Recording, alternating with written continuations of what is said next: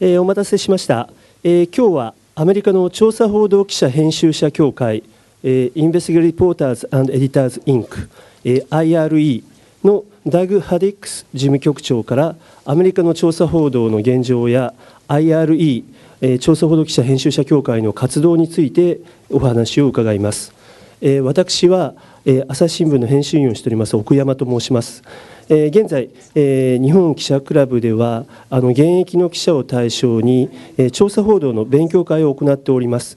記者ゼミ誰でも調査報道というふうに呼んでいるんですけれども、私はそのお手伝いをさせていただいている関係で今日司会をさせていただいております。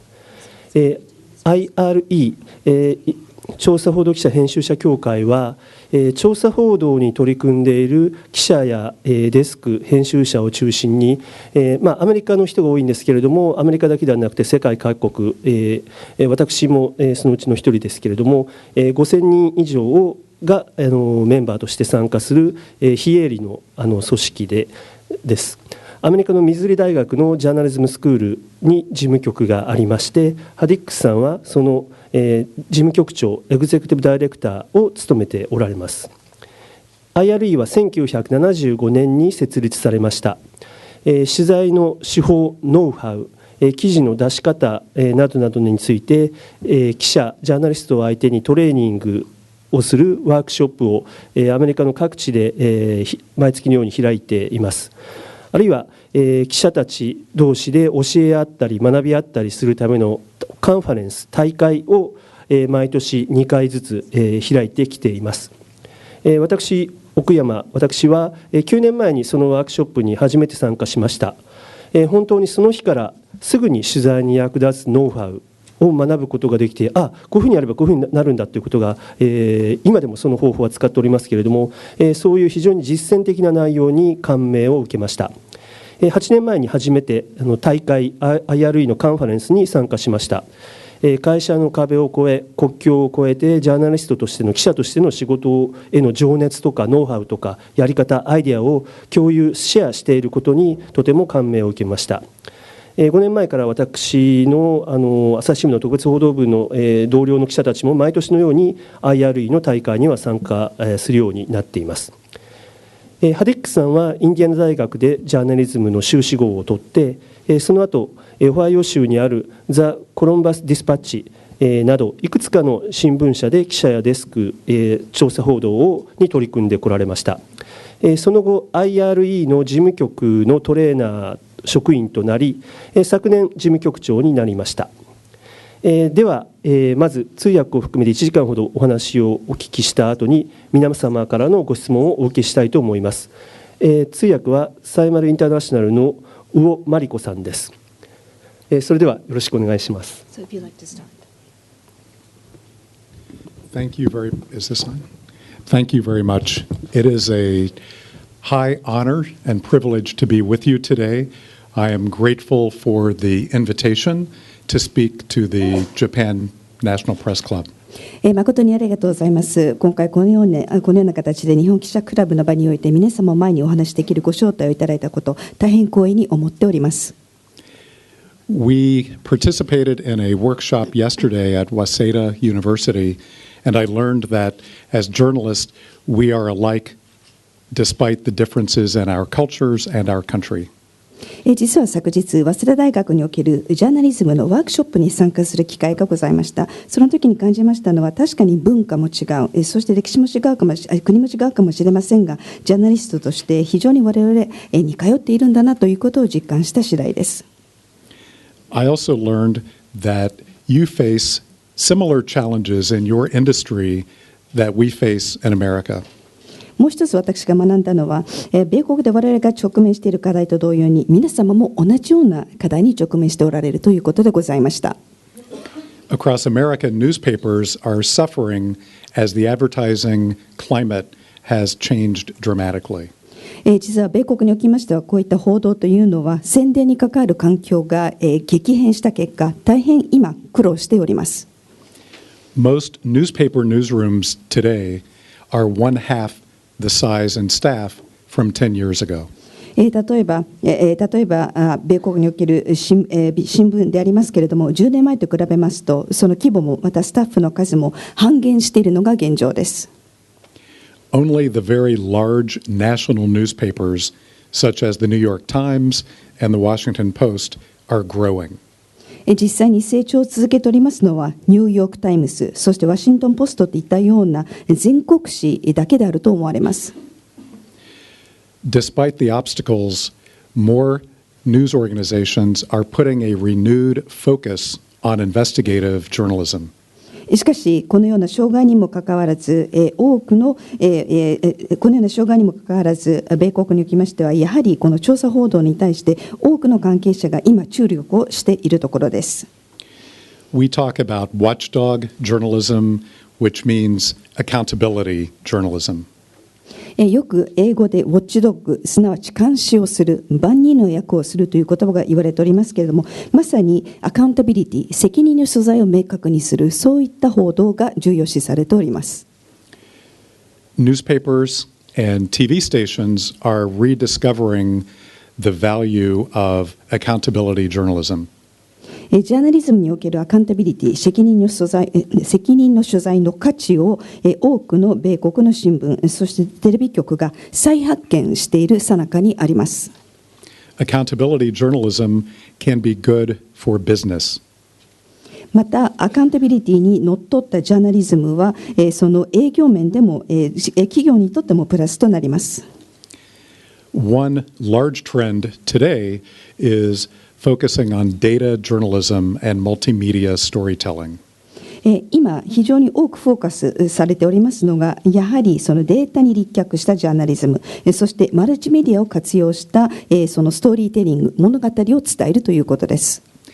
Journalists with those skills are in high demand. このようなスキルを身につけているジャーナリストに対する需要は非常に大きなものがあります。Our job at investigative reporters and editors is to help journalists become stronger at accountability reporting.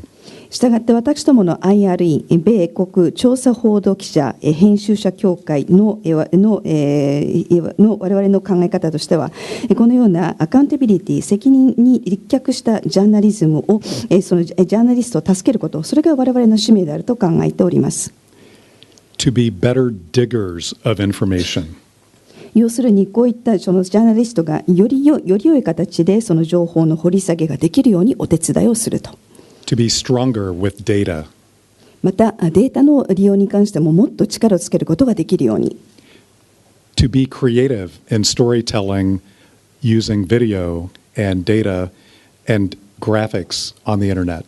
またネットでビデオ、データ、そしてグラフィックスなどを駆使してより良い形でそのストーリーを伝える上でお手伝いをすると。The stakes are high for our democracy. やはり今民主主義にとって本当に大きな局面に差し掛かっていると思います。Journalism is under attack by our new president. 例えば米国の新しい大統領によりましてジャーナリズムに対して非常に大いなる攻勢がかけられています。Each and every day takes us deeper into new territory with President Trump. トランプ大統領に関しては日々全く我々が体験したことがないような領域に入りつつあります。The president calls American journalists enemies of the American people. この大統領は米国のジャーナリストたちを米国の国民の敵だと表現しています。White House officials talk about things being alternative facts. またホワイトハウス大統領府のスタッフはいわゆるもう一つの事実、オルタナティブな事実ということを声高に言います。Today, when the president and other political leaders don't like a story about them, they call it fake news. また今や大統領、そしてその他のリーダーたちが自分たちについての報道を気に入らないと、その報道のことを偽のニュース、フェイクニュースと評します。We face an assault on information and the truth itself. 情報、そして真実自体に対してこのような攻撃がかけられているんです。If citizens cannot believe stories in the news media, who can they believe? もしも一般の市民というものがいわゆるニュースメディア、こういった媒体で報道される、ストーリーを信じることができなければ、じゃあ彼らは誰を信じたらいいのでしょうか。 The president alone? 大統領だけを信じればいいんでしょうか。それならば The Congress? それとも議会でしょうか。 No one? ないしは誰も信じないということが一番いいんでしょうか。それならば Our public is becoming more and more confused about what is real and what is fake. 何が本物なのかリアルなのか、何が偽物なのかフェイクなのか、このことに関してより多くの人々がますます混乱をしているのです。 One disturbing trend is that developments in Washington are starting to spread to other levels of government. 一つ我々が気にしておりますのが、ワシントンにおけるこのような動きというものが徐々に今度はその州政府、州レベルに波及しつつあるということなんです。 Journalists are facing verbal and sometimes physical attacks just for doing their jobs. 場合によってはジャーナリストたちは単に自分たちの仕事をしているにも限らず、言葉で場合によってはその身体的な暴力にさらされているんです。 This gentleman ran for Congress in Montana. この方です。この人物ですけれども、モンタナ州選出のその議員の席をめぐって候補者となった方です。 When a reporter for the Guardian newspaper asked about health policy, the candidate pushed him to the ground and broke his glasses. である記者がこの人物に対してその医療政策について尋ねたところ、この候補者は怒りまして、その人物を地面に叩きつけてこの記者の眼鏡を割ってしまったそうです。 The next day, he won his election. ところが翌日の選挙でこの人物は勝利を収めています。 In the following week, campaign contributions to this man increased. そしてこの翌週ですけれども、この人物に対するその政治的な寄付金ですね、これは実は上昇しているんです。 Thankfully, there has been a backlash against some of the violence. ただ幸いなことに、このような記者に対する暴力行為に対する反動も今やっと見られるようになりました。 As journalists have come under attack, more people in the public have come to defend journalism. このように記者たち、ジャーナリストたちが攻撃にさらされているその状況を目の当たりにした一般市民たちが今度は逆にそのジャーナリストたちを守る方に、弁護する方に回っているんです。 Our Constitution provides special protection for only one job, journalists. 米国の憲法では実際に憲法の下で保護を提供しているのは一つの業種のみに過ぎません。その業種が何かといえば実はジャーナリストたちなんです。 Freedom of the press is the only occupation protected by the U.S. Constitution. また米国の憲法上守られている唯一のその権限が何かと言いますと、報道の自由、この自由が唯一その明記されているものなんです。 Large newspapers such as the Washington Post and the New York Times have seen an increase in business since the election. また昨年の選挙以降、ニューヨーク・タイムズですとかワシントン・ポストといったような大手の全国紙の購読者は実は増えています。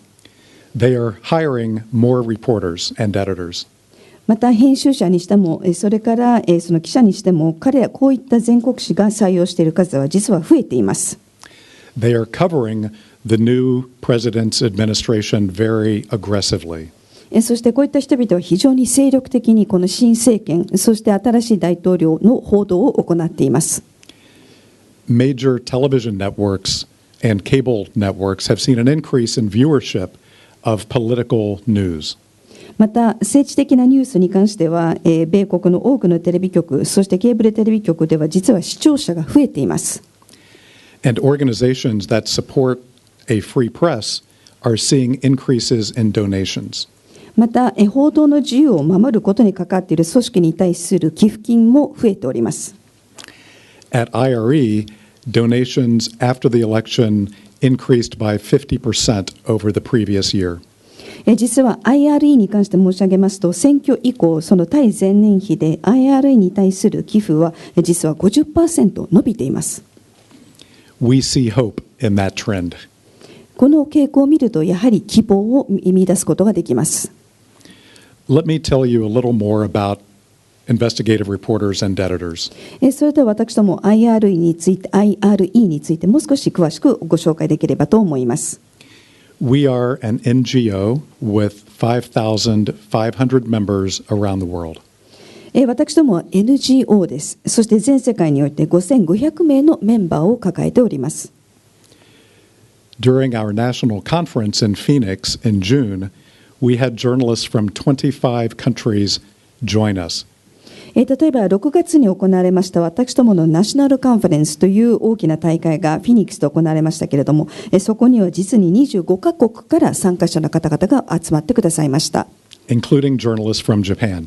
日本からの方もご参加しておられます。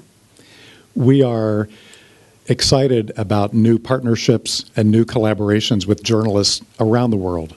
我々全世界におけるジャーナリストとの間の新たなパートナーシップ、そして新たなコラボ、連携に関して常に歓迎している次第です。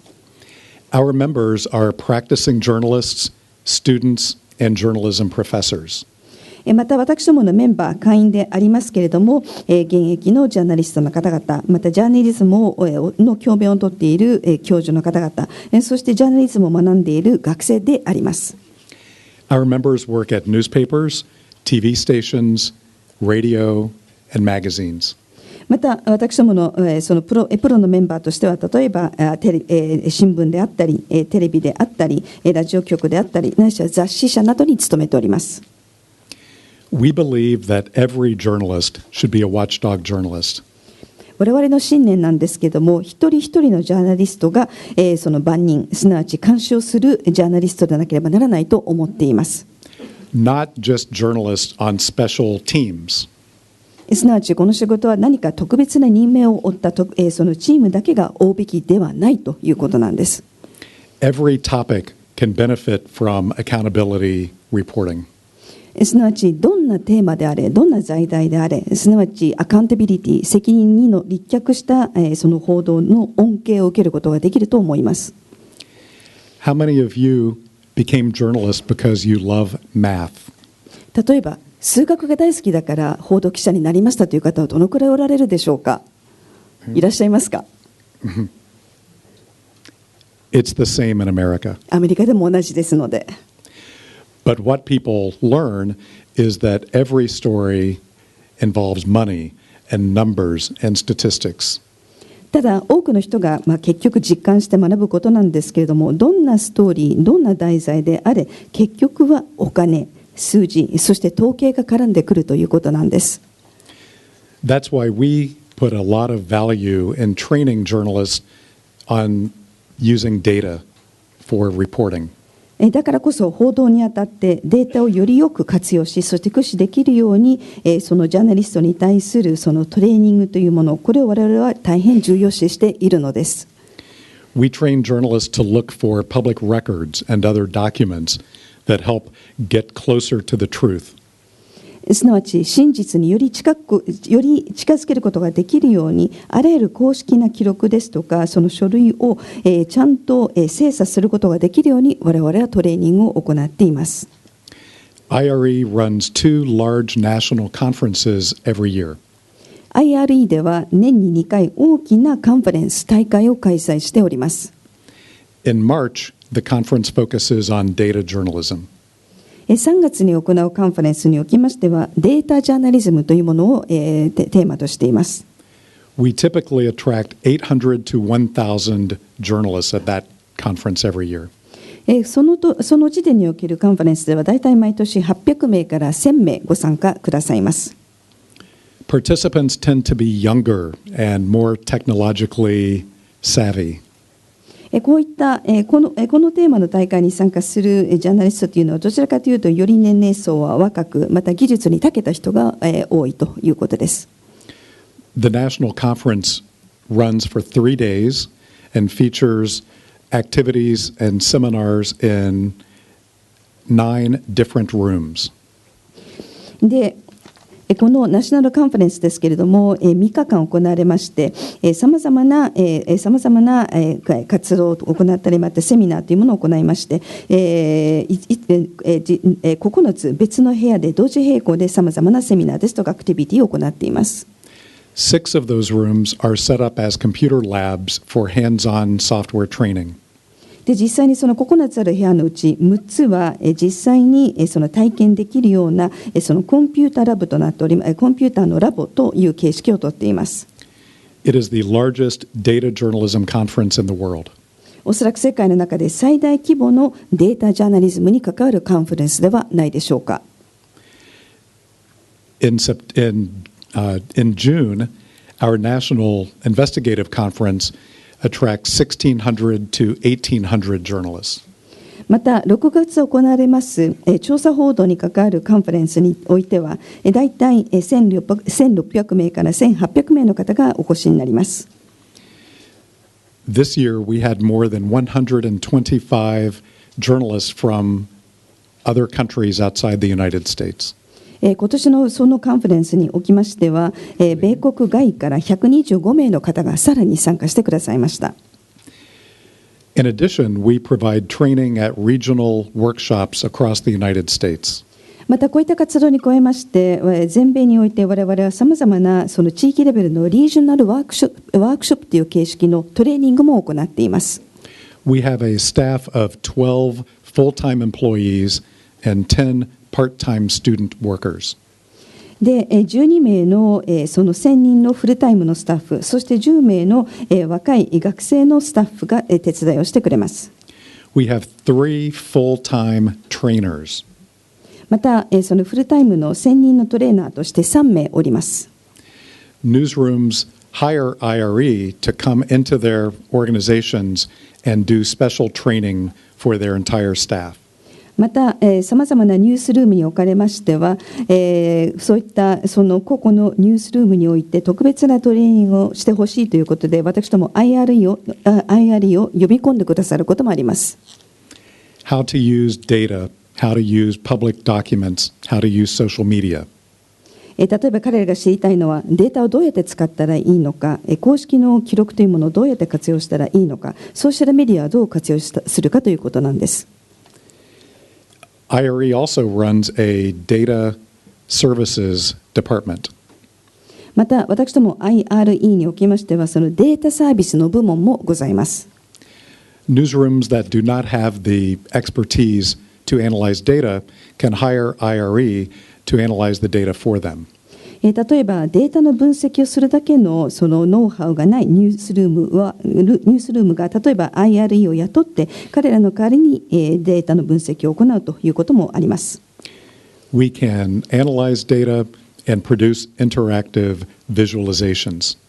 私どもの方でデータの分析をさせていただき、そしてインタラクティブな形でのそのいわゆる可視化もすることができます。ビジュアルな形でそれを提示することができるんです。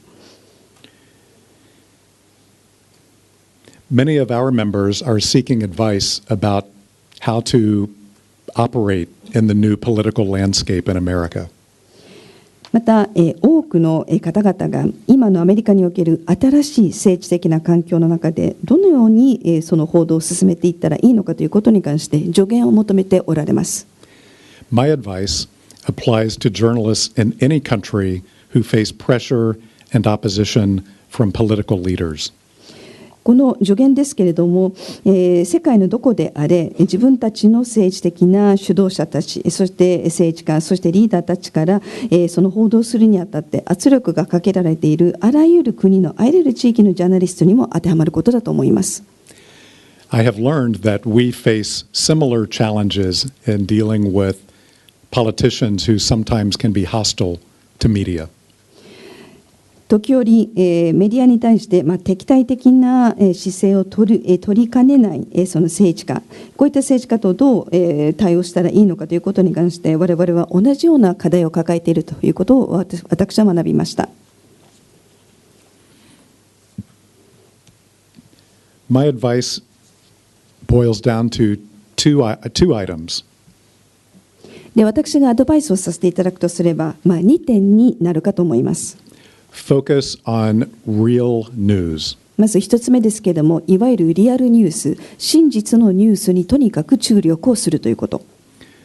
For us, that means reporting more about what the president does than what he says on Twitter.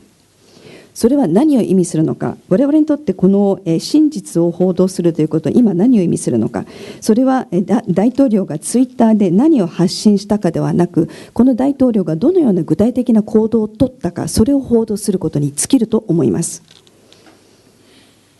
The other advice is to fight any efforts to suppress freedom of the press. 2つ目のアドバイスですけれども、報道の自由を抑制しようとするいかなる試みにもとにかく戦っていくということです。I will come back to those items in a few moments. この2つのアドバイスについてはそれぞれ個別にまたお話をさせていただきます。Let me share a little more about what IRE does to help journalists in America and around the world. そこで IRE が米国並びに全世界のジャーナリストたちに対してどのようなどのような支援をさせていただいているのか、そのお話をさせていただきます。Maybe there are ways we can help you and you can help us. もしかしたら私どもが皆様のお役に立てるかもしれないし、逆に皆様から我々が学ぶこともあると思っています。We have more than 5,000 tip sheets in our resource center. 私どものその資料センター、リソースセンターにはいわゆる5000のティップシートというものがあります。IRE members around the world can search and download these tip sheets to help them get better at their reporting. ジャーナリストの方々は自分たちの報道ぶりをさらに向上させるべく、全世界のどこからも IRE のサイトからこのいわゆるティップシートというものを簡単にサーチし、そしてダウンロードすることができます。By the way, at the end of the presentation, there will be a link where you can download the presentation with all of the information.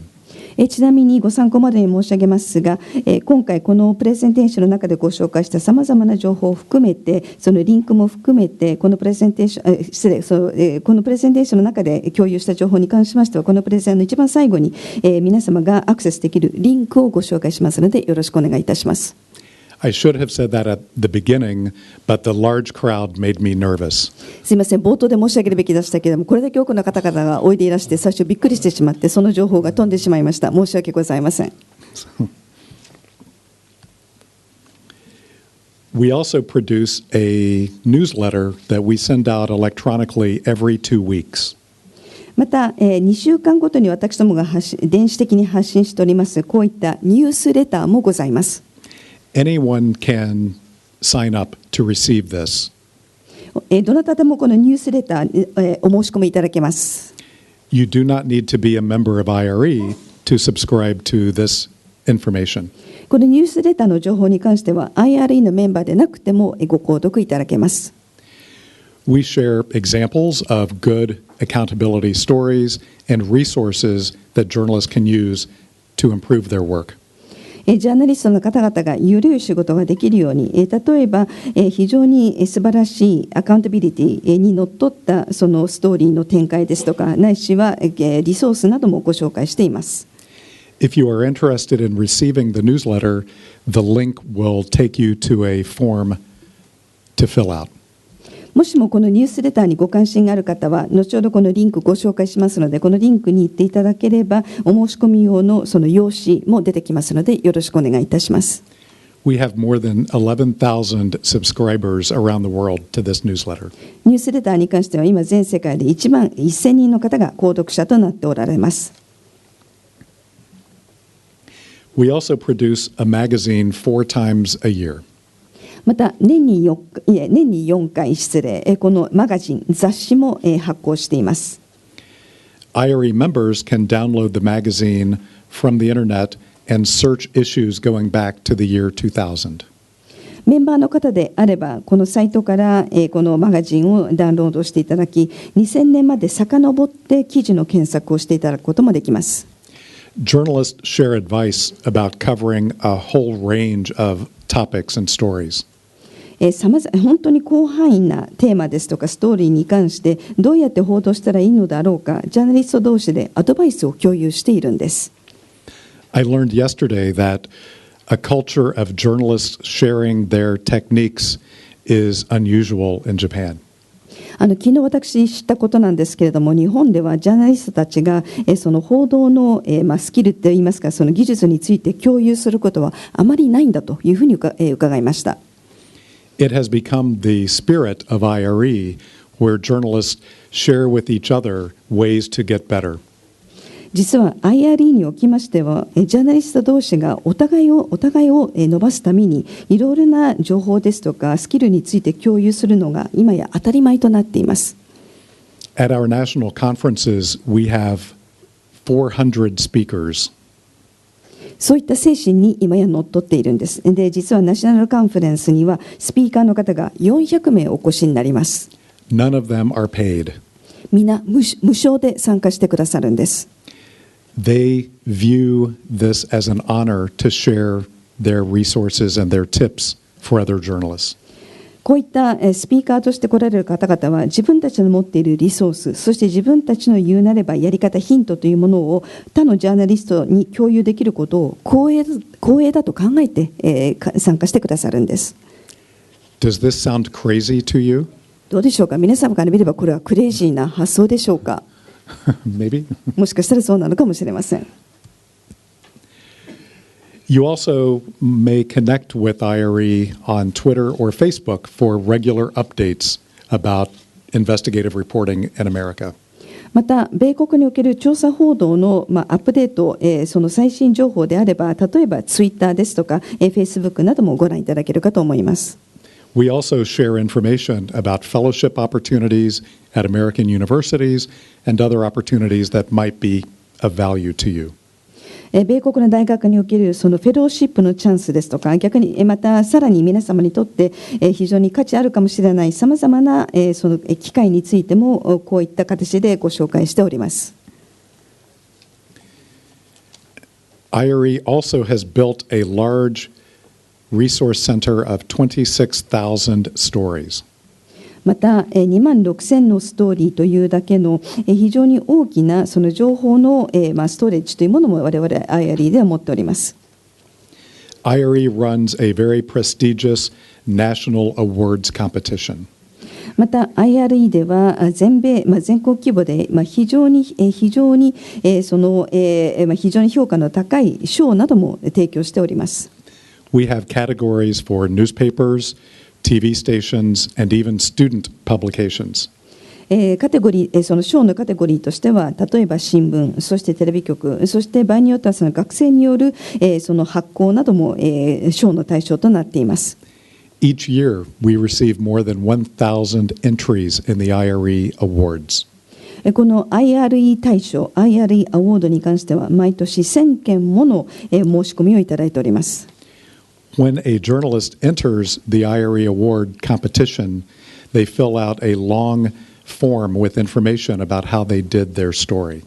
実際にこの賞に応募するジャーナリストの方々というのは、どうしてこのストーリーをどういった形でこのストーリーを描くに至ったのかということに関して非常に長いその情報の提供が求められます。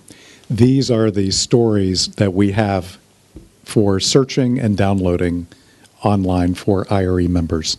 そしてそれぞれのその応募者の提供したこの情報、これは IRE のメンバーの方々がサーチをしたり、またダウンロードすることができるようになっています。The entry forms ask information about data, documents, and other ways that the journalist did their coverage. でこういった応募者が記入するエントリー用の用紙なんですけれども、ここには例えば各ジャーナリストたちがどういった形でこの報道を行ったのかということに関してのデータですとかドキュメント、書類などが求められます。These stories are a blueprint to investigating all kinds of topics. こういった情報というものは言うなれば、さまざまなテーマ、題材に関して調査報道をする上で、青写真的なものとなるわけです。We have information if you are interested in joining IRE. もしも IRE のメンバーになりたいというご関心がある方であれば、そういった情報も提供させていただきます。Professional memberships cost $70 and student memberships cost $25. プロフェッショナルの方であれば$70、そしてその学生さんであれば$25ということになっております。That is my only commercial. IRE に関する宣伝はこれだけにとどめておきます。So let's return to the advice for dealing with the new political landscape. それでは先ほどのアメリカにおける新しい政治的な環境のもとどうやって報道したらいいのかということに関しての、私どもの助言、アドバイスにまた話を戻しましょう。Number one, focus on real news. まず一つ目のアドバイス助言、真実のニュース、すなわちリアルニュースにその集中をしましょうと。The temptation with a leader like President Trump is to report every tweet all the time. トランプ大統領のような指導者がいると、どうしてもジャーナリストとしてもこのリーダーが発信するすべてのツイート一個一個に関して報道したくなるんです。そういった誘惑に駆られます。They are outrageous. 確かに荒唐無稽なものが多いです。They are sometimes silly. そして時には馬鹿げた内容の発信もあります。And usually they are a distraction. ただ得てしてこういったそのツイートの発信というのは、気をそらす内容ともなっているんです。We encourage journalists to focus on what the president and government leaders are doing more than what they are saying on Twitter. したがって我々が皆様に促しているのは、その大統領であれ、その政府の関係者であれ、彼らがツイッター等などで何を発信しているかではなく、こういった人々が実際に何を行っているのか、その行動を報道しなさいと。We remind journalists to focus on the impact on everyday citizens. また、一般市民の方々に対して日々どういった影響が出るのか、その影響について報道しなさいとも促しています。This is where accountability journalism is different from daily coverage. その一般市民に対する影響についてちゃんと踏み込むということ、これはその日々こういったことが起きましたという報道とは全然違うものです。まさにアカウンタビリティにのっとった報道なんです。We don't report only what people tell us. また我々に対して他者が言ったことだけを伝えるのでもありません。 We look for evidence. 実際に我々が伝えられたこと、それを裏付けるためのエビデンス、証拠も求めます。 Documents. また書類もそうです。 Memos. メモ。Travel receipts. またその出張などに関わるそのレシートもしかり。 Spending records. また実際のその彼らのその出費の記録。Meeting calendars. またどういったミーティングを行われたのか、そのミーティングに関わるカレンダースケジュールです。And data. またデータもしかり。 We try to piece together the full picture. こういった断片をもとに全体像を我々の方で何とか構築しようとするんです。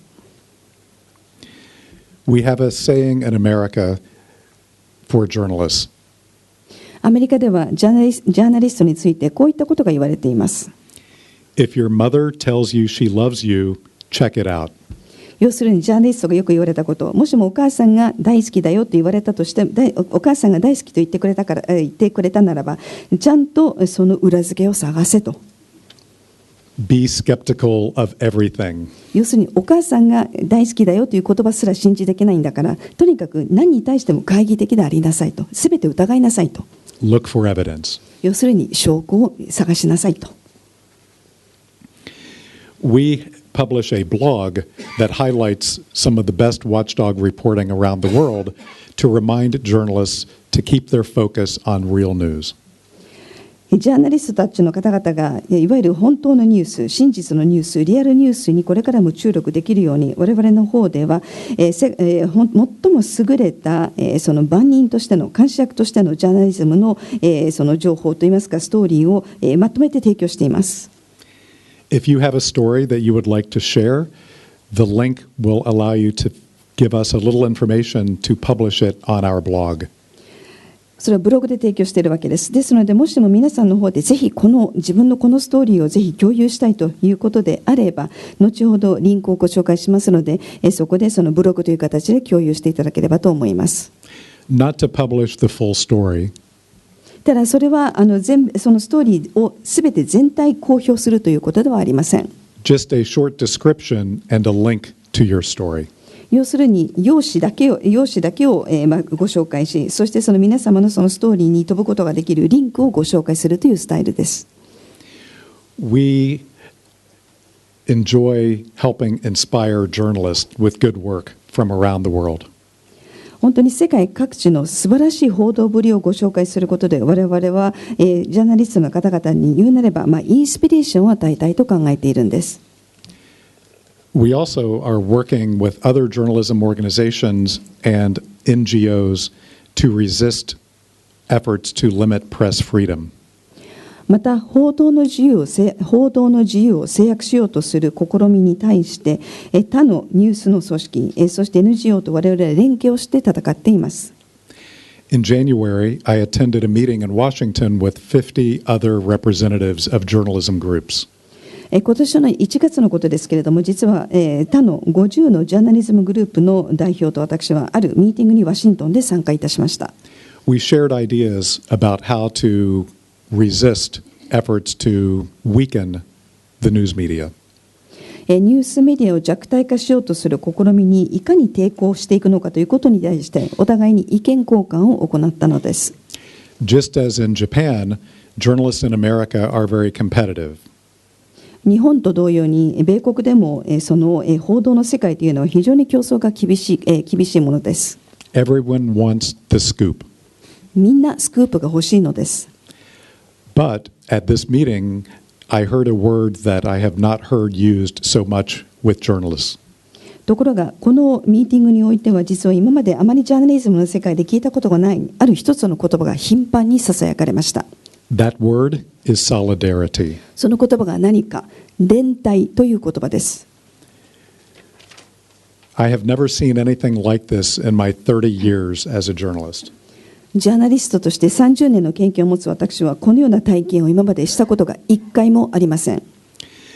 In our country, there is a growing realization that an attack on one journalist is an attack on all journalists. 実はアメリカでは今一つの認識が高まりつつあります。ある一人のジャーナリストに対する攻撃はあらゆるジャーナリストに対する攻撃だと。One day, the president labels CNN fake news. ある時、大統領が CNN のことをフェイクニュース、偽のニュースの組織だと言い張りました。Tomorrow, it could be NBC. でも今日は CNN であったとしても、明日はもしかしたら NBC のことを同じくフェイクニュースと彼はラベルをつけるかもしれません。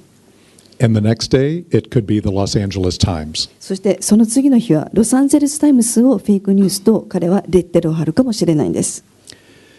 This meeting gave me hope that journalists in America are starting to work together to protect our freedoms.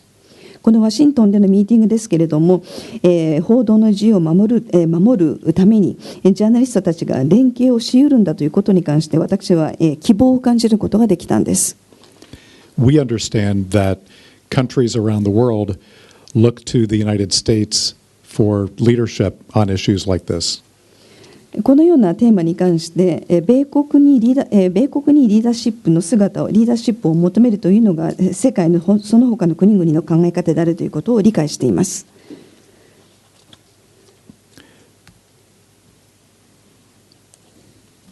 Despite the challenges, there is amazing journalism being produced around the United States and far beyond. さまざまな障害にもかかわらず、アメリカだけでなく、その他の地域でも本当に素晴らしい感銘を受けるような報道が行われています。I wanted to share just a few examples that might be an inspiration. そして皆様に何らかのインスピレーションになればと思いまして、こういったストーリーを何件かご紹介できればと思っています。All of these slides have a link to the full story if you would like to learn more. ご関心がある方は、この各ストーリーの全編をご覧できますリンクがご紹介されておりますので、それを後ほど参考にしていただければと思います。These are some of the IRE award winners from the past year. ちなみにこれは過去 IRE のその賞を受賞した方々のストーリーのいくつかです。This is a national public radio investigation about coal miners.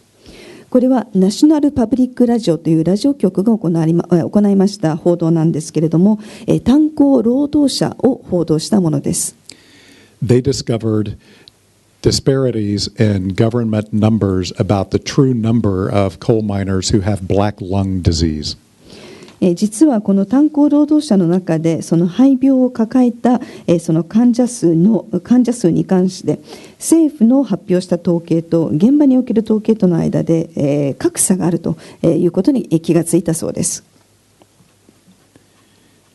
HBO Sports won an IRE award for investigating the International Olympics Committee.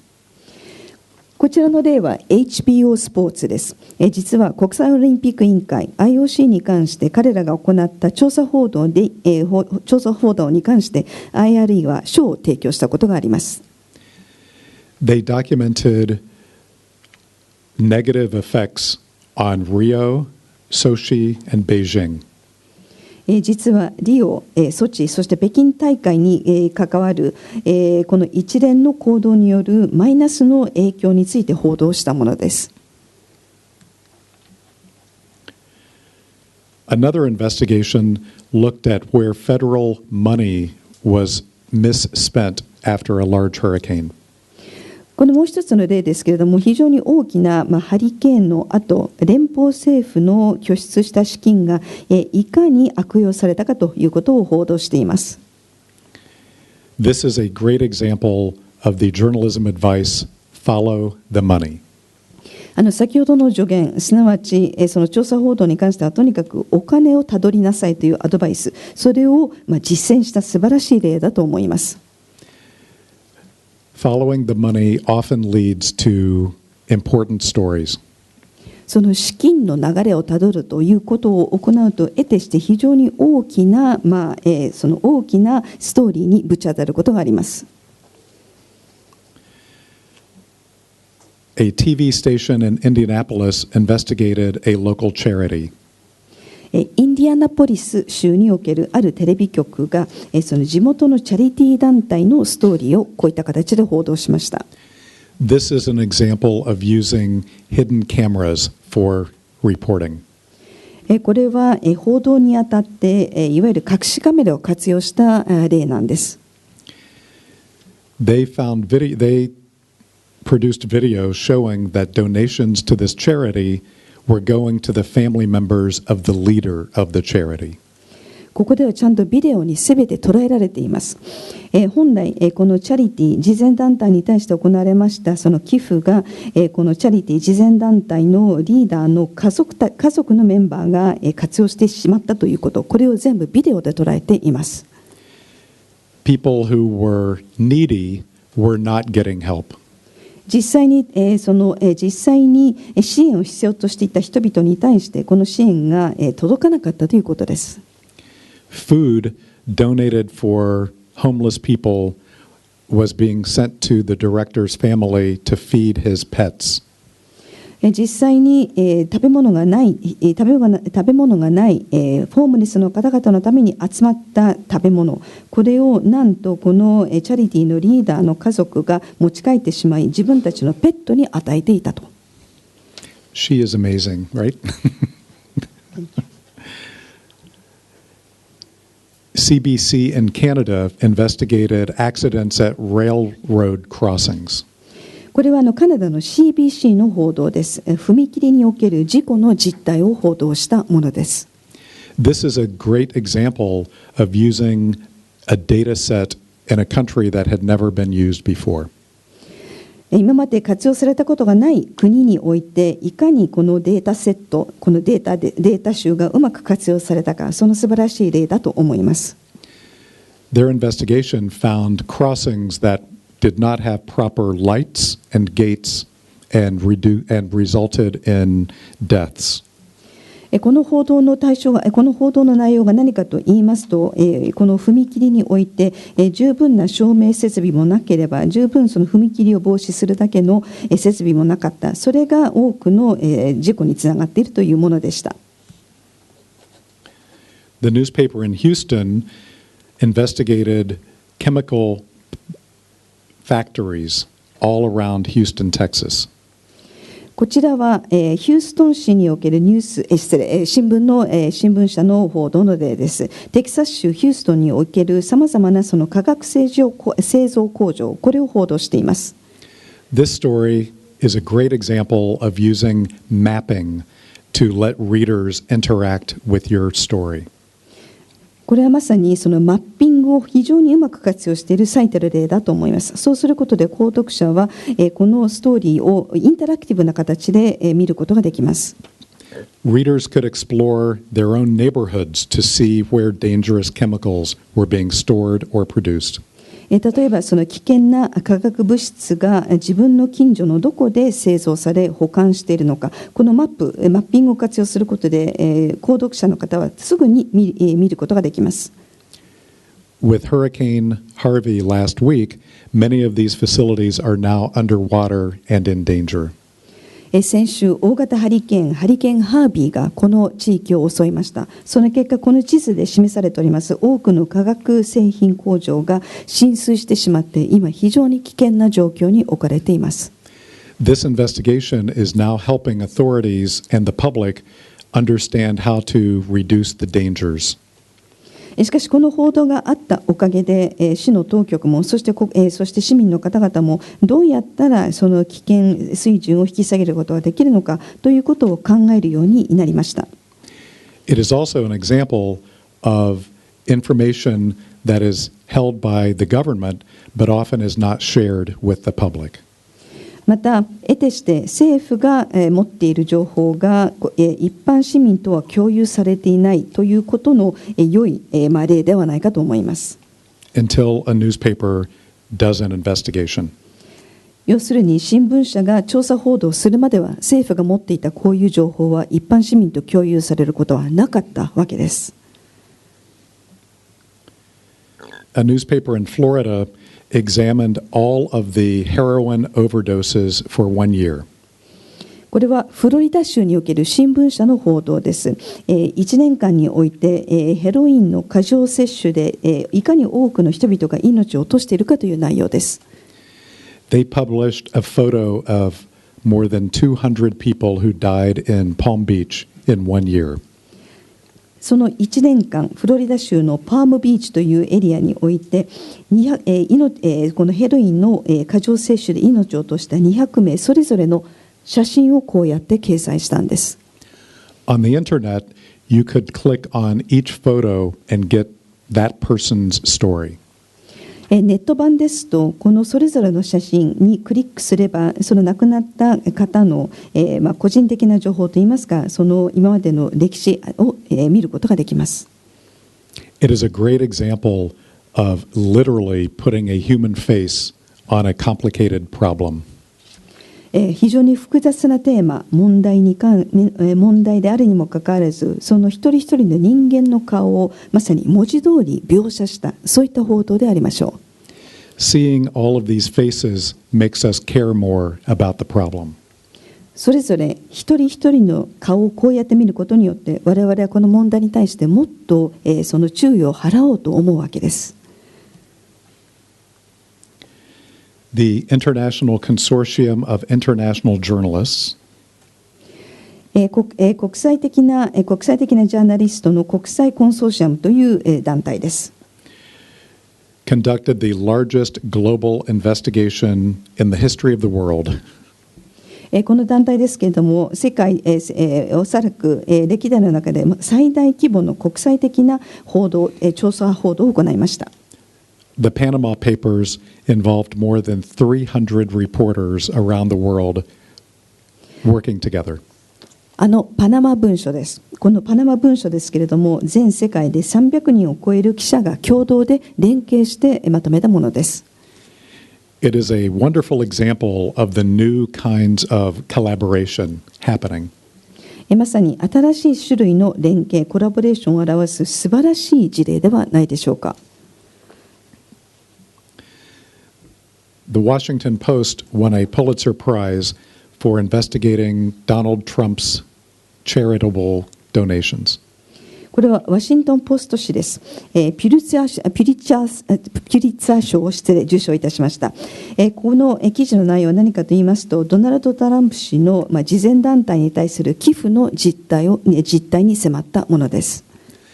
This example shows how one reporter used Twitter to ask the audience to help him investigate. 実はこの時にこの一人の記者がツイッターを駆使いたしましてこのストーリーをまとめるにあたってこれツイッターを見た人々の協力を募ったんです。He took his readers on a journey with him as he investigated whether Donald Trump had actually donated the money that he said that he donated to charities. まさにこの記者はツイッターを駆使してそのツイッターのフォロワーに対して協力を求めた。そしてフォロワーたちはこの記者と一緒になって歩んだわけです。ドナルド・トランプ氏が本当に彼が主張するような形で慈善団体に寄付を行ったのかどうか、その実態に迫っていく中一緒に歩んでいった形です。He uncovered a pattern of Donald Trump making promises to give millions of dollars to charity, but never giving the money. そこでこの記者はトランプ氏のある一つのパターンをほどくことができたわけです。すなわち何百万ドルもその慈善団体に対して寄付しますよと口では約束しながら結局それが実行に移されなかった。そのパターンを彼は証明することができたんです。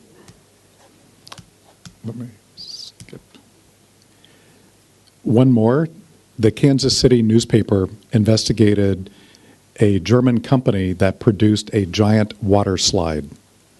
もう一つご紹介しましょう。これはカンサスにおける新聞社の報道です。ドイツの会社が製造しておりますその巨大な水滑りの例です。The water slide is 17 stories high. このそのウォータースライダーですね、要するにその水滑りのこんなんですけれども、17メートルの高さのあるものです。A 10-year-old boy died after he was thrown from the slide. ところがこの滑り台から落っこってしまった10歳の少年が命を落としたんです。The investigation found that safety regulations were not strong enough. この調査報道の結果、何が判明したかといえば、そもそもこういったスライダーに関する安全規制が不十分であったということです。It's an important example of business investigative reporting. やはり今度は企業に対するその調査報道がいかに重要であるかということを示した例であると思います。So here is the link if you are interested in downloading the presentation. And if you would like to be in touch, my email is there and my Twitter name. So thank you for your attention. 今回のプレゼンテーションの内容にご関心がある方はどうぞこちらにご紹介いたしましたリンクにアクセスしていただければ同じものがダウンロードできます。また私にコンタクトを取りたいという方のために私のメールアドレスもこうやって掲載しておりますし、またツイッターのアカウントもこちらの通りでございます。ご清聴いただきましてありがとうございました。ハディックスさん、どうもありがとうございました。これから質疑応答に移りたいと思いますけれども、まずは私からいくつか質問をさせていただきます。Thank you very much, Mr. Haddix, for this presentation. We would now like to go on to the Q&A session, but before that, please allow me to ask a few questions. お話の中でトランプ政権下での記者たちのソリダリティ、連帯の必要性についてのお話がありました。In the course of your presentation, you referred to the need for, if you will, solidarity among the reporters under the Trump administration. そこに、質問があります。アメリカの報道機関でも、例えば FOX ニュース、ワシントン・タイムズとか、トランプ政権に対するその姿勢が、異なる、例えばニューヨーク・タイムズ、ワシントン・ポストと、ワシントン・タイムズ、FOX ニュースとは異なるところが多いと思います。そういうときにソリダリティは可能性はあるのでしょうか。And with that as the assumption, I would like to go on to my question. When we talk about journalism organizations, you also have, let's say, Fox News and the Washington Times, who have adopted a different, if you will, stance or position vis-a-vis the Trump administration compared against the likes of New York Times and the Washington Post. So when you have Fox News and the Washington Times, and then New York Times and the Washington Post on the other side, do you believe that it is possible to establish solidarity among the news organizations under such an environment? I knew that question was coming. 多分この質問出るだろうなとは覚悟しておりました。Solidarity may not be 100%. もしかしたらこの連帯、ソリダリティは100% ではないかもしれません。But I think there may come a day that the president becomes angry with Fox News. とはいうものの、いつかの時点でもしかしたら大統領がですね、FOX ニュースに対しても怒り心頭になる可能性があると思っているんです。I believe most journalism organizations will be united in the face of attacks on basic journalism and reporting. やはりその基本的なジャーナリズム、そして報道に関してもしもこの攻撃をするのであれば、おそらく多くの、そのジャーナリズムといいますか、そのニュース報道機関は結局は、団結すると私は見ています。There may be a few media companies that are the exception. もしかしたら、いくつか例外的なメディア組織はその時にもあるかもしれませんが。トランプ大統領とセッションズ司法長官アトーニージェネラルは報道機関の情報源、ソースあるいは政府内部のホイッスルブロワー内部告発者に対する、犯罪捜査をよりやりやすくするために、既存の制度を変えるというふうに表明しています。それについて、調査報道記者たちあるいは IRE としてどういうふうに対応できますか。President Trump, as well as Attorney General Sessions, are now talking about changing the existing regulations and framework so that they can enable uncovering of the source of information, such as for reporters as well as whistleblowers, in a much easier fashion. In the light of the efforts of the government to change the current regulations so that they can more easily carry out criminal investigation, toward the source and also to the whistleblowers, how are the investigative reporters as well as IRE trying to address and deal with such a situation? It is a serious challenge. これは非常に深刻な課題であると見ています。There are two attacks happening at the same time. 実は同時並行で2つの攻勢といいますか攻撃が仕掛けられています。One is an effort to prevent leakers from inside the government in sharing information with reporters. まずは政府内部の関係者が、その、報道記者といいますか記者との間で情報の共有ができないようにする、すなわちその情報のリークを防止しようとする取り組みが今見られています。The other effort is meant to intimidate journalists and make them afraid that they might be charged with a crime. もう一つの、試みですけれども、ジャーナリストたちを言うなれば、ジャーナリストたちが、例えば刑事訴追されるかもしれないという恐れを抱くように、ジャーナリストたちを脅していくという試み、これも見られます。The connection between whistleblowers and journalists is important for our democracy. 私どもの民主主義にとって、この内部告発者、ウィスルブロワーとジャーナリストとの間のこのリンク、つながりは大変重要なものです。At IRE, we have added training on security in two ways. で IRE におきましては、このいわゆるセキュリティに関して、2つのトレーニングを新たに追加しています。One focus is on digital security, protecting your phone, your computers from being hacked. まず一つはデジタル面でのセキュリティです。すなわち、例えば電話であれ、ないしはそのコンピューターであれ、とにかくハッキングから身を守るというトレーニング。The other focus is on physical security. もう一つのセキュリティ、これも安全のもう一つの形なんですが、その自分そのもの、身を守るという意味でのセキュリティです。We had experts that work with the U.S. military and with diplomats to provide security, talk with journalists about ways they could protect themselves better. 例えば米国の軍ですとか、またその外交関係者に対してもサービスを提供したことがある専門家の方にお願いいたしまして、ジャーナリストに対してもどうやったら自分の身をよりよく守ることができるだろうか、そのアドバイスもしてもらっています。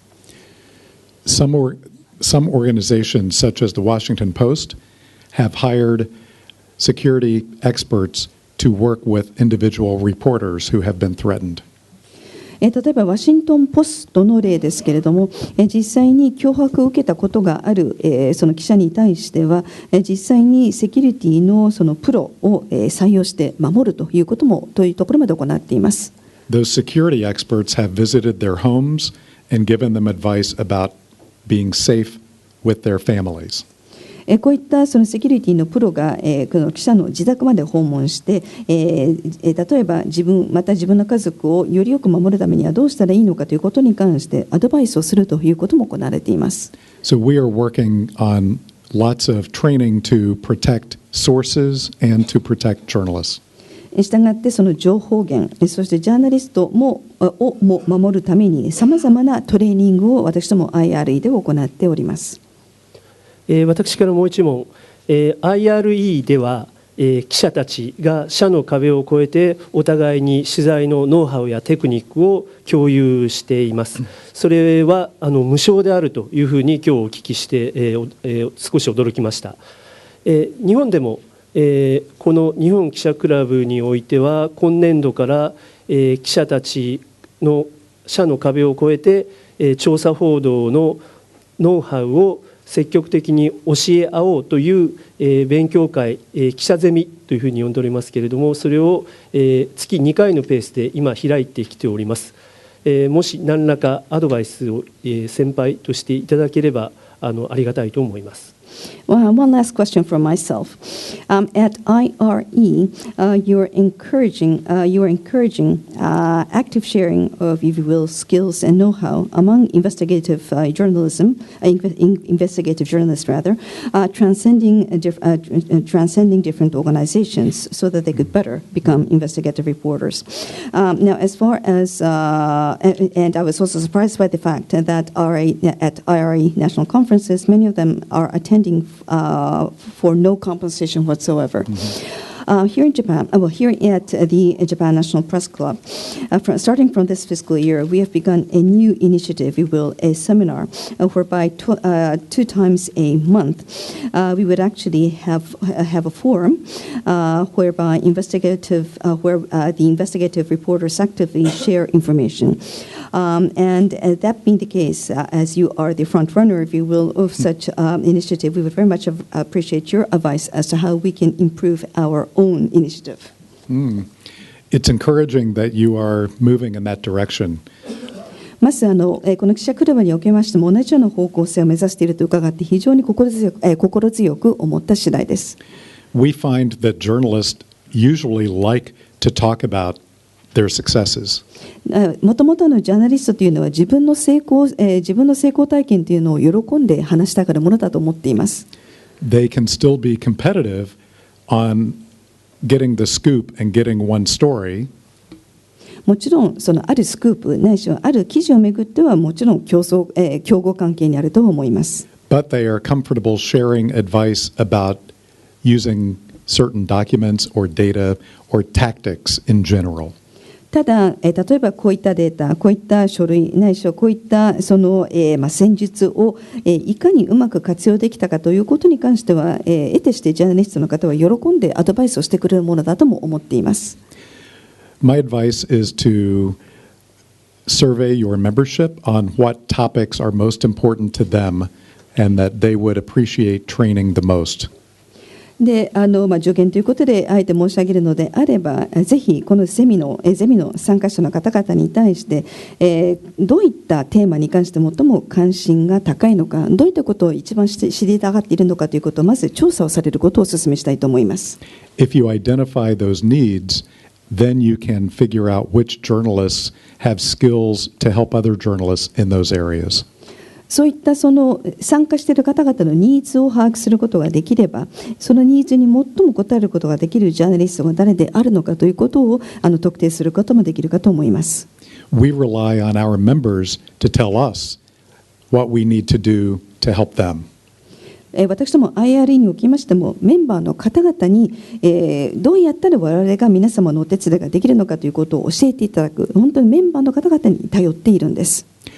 For each national conference, for example, we publish a call for ideas.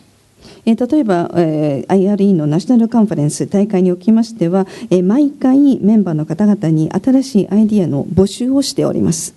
Using a Google form, we have had several hundred journalists submit ideas for the national conference. 例えば Google のフォーム、用紙を使うことでですね、100人単位のジャーナリストの方々が毎回そのカンファレンスで、その次のカンファレンスに向けたアイディアを出してくださいます。We don't pretend to have all of the answers. ただもちろん私どもの方で全て答えを持っているというような身振りは一切いたしません。Staying in touch with your members will help you serve their needs better, just as it has helped us.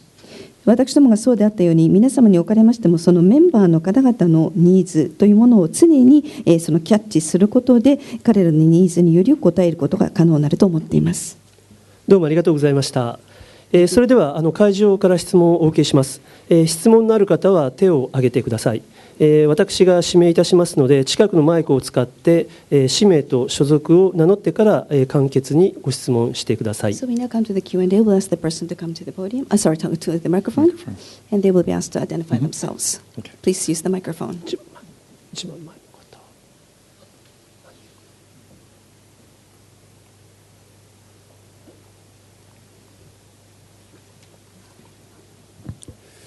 個人会員の川北です。先ほどIRE の賞を受けた事例がいくつか、紹介されましたが、素晴らしい例が多かったと思いますが、一つちょっと気になった例がありました。それはフロリダ州の新聞社が、ヘロインの過剰摂取で死んだですね、200人の人の顔写真を公表したという事例ですね。これ日本だとおそらくですね、プライバシーの保護とかですね、名誉毀損というような観点でこういうことをする新聞社はおそらく多分ないと思います。で、仮にやったらおそらく遺族からですね、訴訟を起こされる、リスクが相当あると思うんですよね。そうするで、一方でそのフロリダの新聞社がそういうことをしたということは、アメリカでは、あるいは州によって若干違うのかもしれませんが、フロリダ州ではそういうリスクは全くないのか、あるいはその200人の遺族にですね、いちいち了解を求めて掲載したのか、その辺はどうなんでしょうか。Thank you very much. My name is Kawakita, an individual member of this press club. In the course of your presentation, you introduced some of the award-winning stories, IRE award-winning stories, and they were all impressive. But there was just one story that really that I wanted to pick up.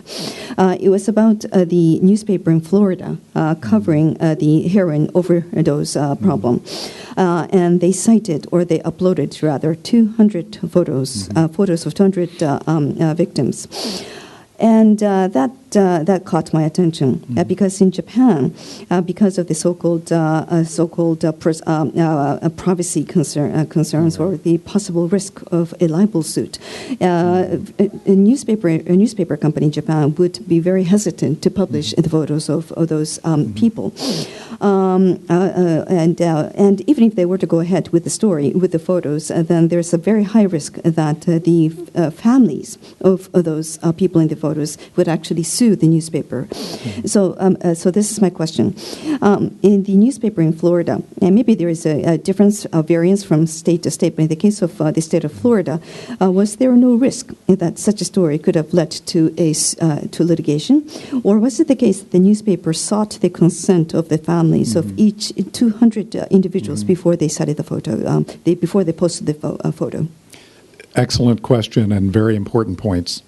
素晴らしいご質問で大変重要な点をご指摘いただいたと思います。For investigations like this, the newspaper consulted with family members of all 216 people who died. That's where they received information to tell their stories about, to help the readers understand who they were as individuals. と言いますのは、このような調査報道にあたっては、実はこの新聞社の方では、この216名ですね、厳密に言えば、この216名の方々の遺族すべてと連絡を取って同意をいただいているわけなんです。そうする実際にその家族の方の同意をいただいたことで、それぞれの話を伝えることができた。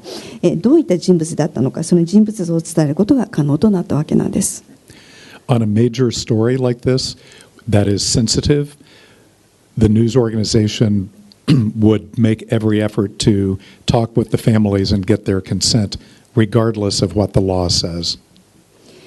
このような非常に大きなテーマ、しかも非常に機微に触れるデリケートなテーマの場合、ニュース組織というのはあらゆる努力を惜しまず、必ずその家族の方々と接触をし、そしてその法律が何を言おうが、こういったその家族の方々の同意を得るべく、あらゆる努力を行います。I understand the difference in privacy in Japan. I learned yesterday in America, everyone wants to be on TV, and in Japan, no one wants to be on TV. プライバシーに関しては日本とアメリカとでは文化が異なるということも理解しております。昨日実は学んだことなんですけれども、アメリカではみんなテレビに出たがる、日本では逆にみんなテレビに出たがらないという状況だそうですね。他にご質問ございますでしょうか。一番後ろの方。The gentleman in the back of the room. 毎日新聞の倉重と申します。今日は本当に興味深い話ありがとうございました。3クエスチョン、3点質問あるんですよね。一つはですね、先ほどのピルツァー賞を取ったワシントンポストのね、トランプさんの寄付問題に対して非常にいい報道だと思うんですけども、トランプさん側の反応は結果的にどうだったんでしょうか。それを認めたんですか。どういうコメントがあったんでしょうか。それは一つですね。そうです。So, thank you very much. From Mainichi Shimbun, I have 3 questions, so we'll ask each question one at a time. First was the Pulitzer Award-winning story from Washington Post about Mr. Trump's donation. That was an excellent reporting, I thought. But my question is, what was the reaction of Mr. Trump in the aftermath of that reporting? Did he actually admit to the story? He has a difficult time admitting to anything. そうですね。トランプ大統領というのはとにかく何かを認めるということが非常に苦手な方です。In some cases, his charitable foundation made contributions after the story was published. 実はその場合によっては報道の後ですね、その自分のかかる慈善団体がやっと寄付を行うというようなことも見られました。But in most cases, he still has not donated money that he promised. しかし多くの場合、彼は公約して約束したその寄付を行っていないという実態がまだ残っています。2点目ですけども、その組織ができて1975年にできてからですね、アメリカで報道された調査報道の中でベスト3と思われるものを挙げていただけますか。Thank you. My second question, I believe it's 1975 that the organization was established, IRE.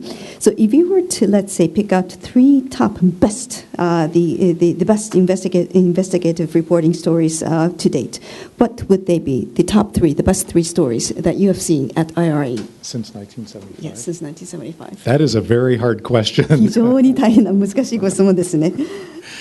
Oh my gosh. There are so many.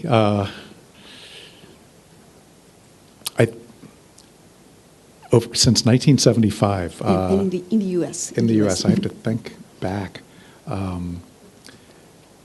I think some of the reporting of Seymour Hersh about what the U.S. military and the U.S. government has done in other countries that was kept secret for years, whether it was in Vietnam or Afghanistan and Iraq, was amazing journalism.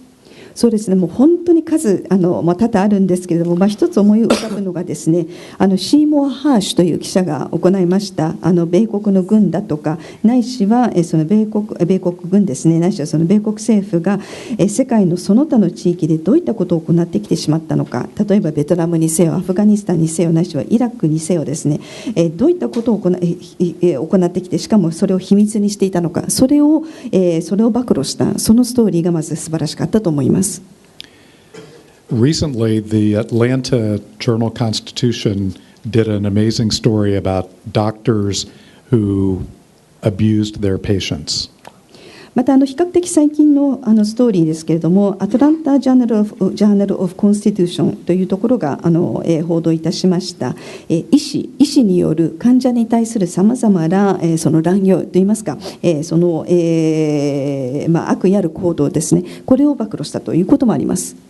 They used new technology to have machine learning analyze more than 100,000 court cases.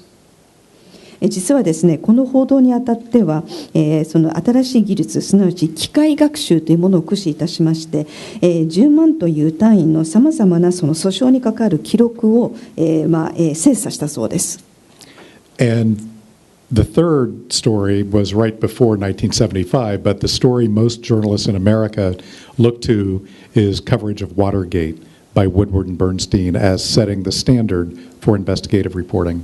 またその事件自体は1975年以前、すなわちこの発足前に遡りますけれども、やはり、その捜査報道の、言うなれば、モデルとしてすべての捜査報道記者が、必ず、そのスタンダードとして守ろうとしているのはやはり、ウッドワード・バーンスティンこの両記者が、報道いたしました、ウォーターゲートの事件、この報道ではないでしょうか。はい、ありがとうございます。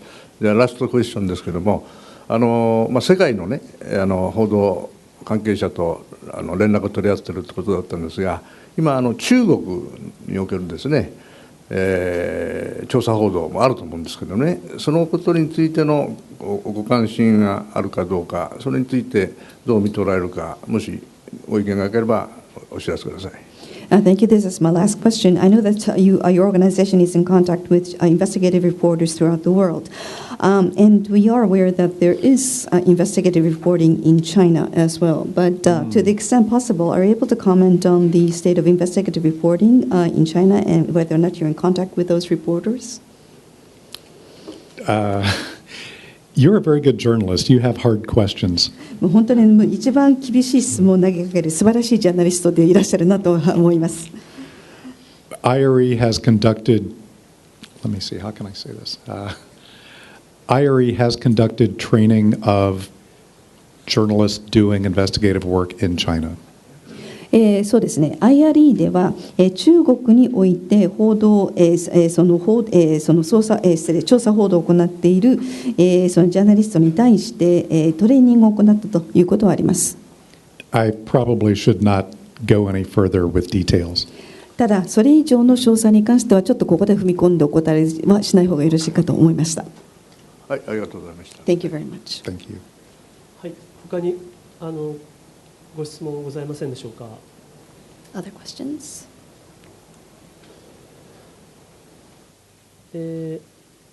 あと1問ぐらいはお受けできる時間があるんですけれども、特にはい、そちらの方。すみません、日刊工業新聞の草加です。昨日はありがとうございました。ちょっと質問なんですが、特にアメリカの方でですね、地方紙、中央紙ともに経営的に厳しいという話もよく聞くんですが、これからなおさら地方紙とそれぞれの新聞等で差別化を進めていく中で、調査報道っていうのは一つ特色として重要な部分だと思うんですが、一方でお金もかかってくるというところですが、アメリカの報道機関のこれからの傾向として調査報道により舵を切っていこうというそういうムーブメントにもうすでになっているのか、もしくは調査報道はできるだけ極力控えていこうというようなメディアもまだそういうメディアも生まれ始めてきているのか、そういった今のアメリカの調査報道に対する姿勢というのをちょっとお聞かせください。Thank you very much. My name is Kusaka, reporter with the Nikkan Kogyo Shimbun, and thank you for the symposium yesterday. I have a question about your outlook toward the news organizations reporting going forward. We hear that both national newspapers as well as local newspapers are faced with financial challenges in the management of the organizations. And we would imagine, though, that one way to differentiate themselves against the competition is investigative reporting. Investigative reporting could be a tool to differentiate oneself against the competition. Having said that, it could also be more costly if you focus on investigative reporting. So what is the trend among the news organizations in the United States in general? Do you see many of the news organizations actually placing more emphasis on investigative reporting, or have you noticed some news organizations that are actually stepping back from investigative reporting or reducing their involvement in news investigative reporting? What is the general trend? The general trend is a mix. It depends on the state and the local market. そうですね、まずは米国における調査報道の、外観ということで申し上げますと、やはりかなりばらつきがあります。やはりその州ですとかその地域によってかなり差があります。We have NGOs that have started to form across the United States to conduct journalism in more than 100 in the United States. 実は全米でジャ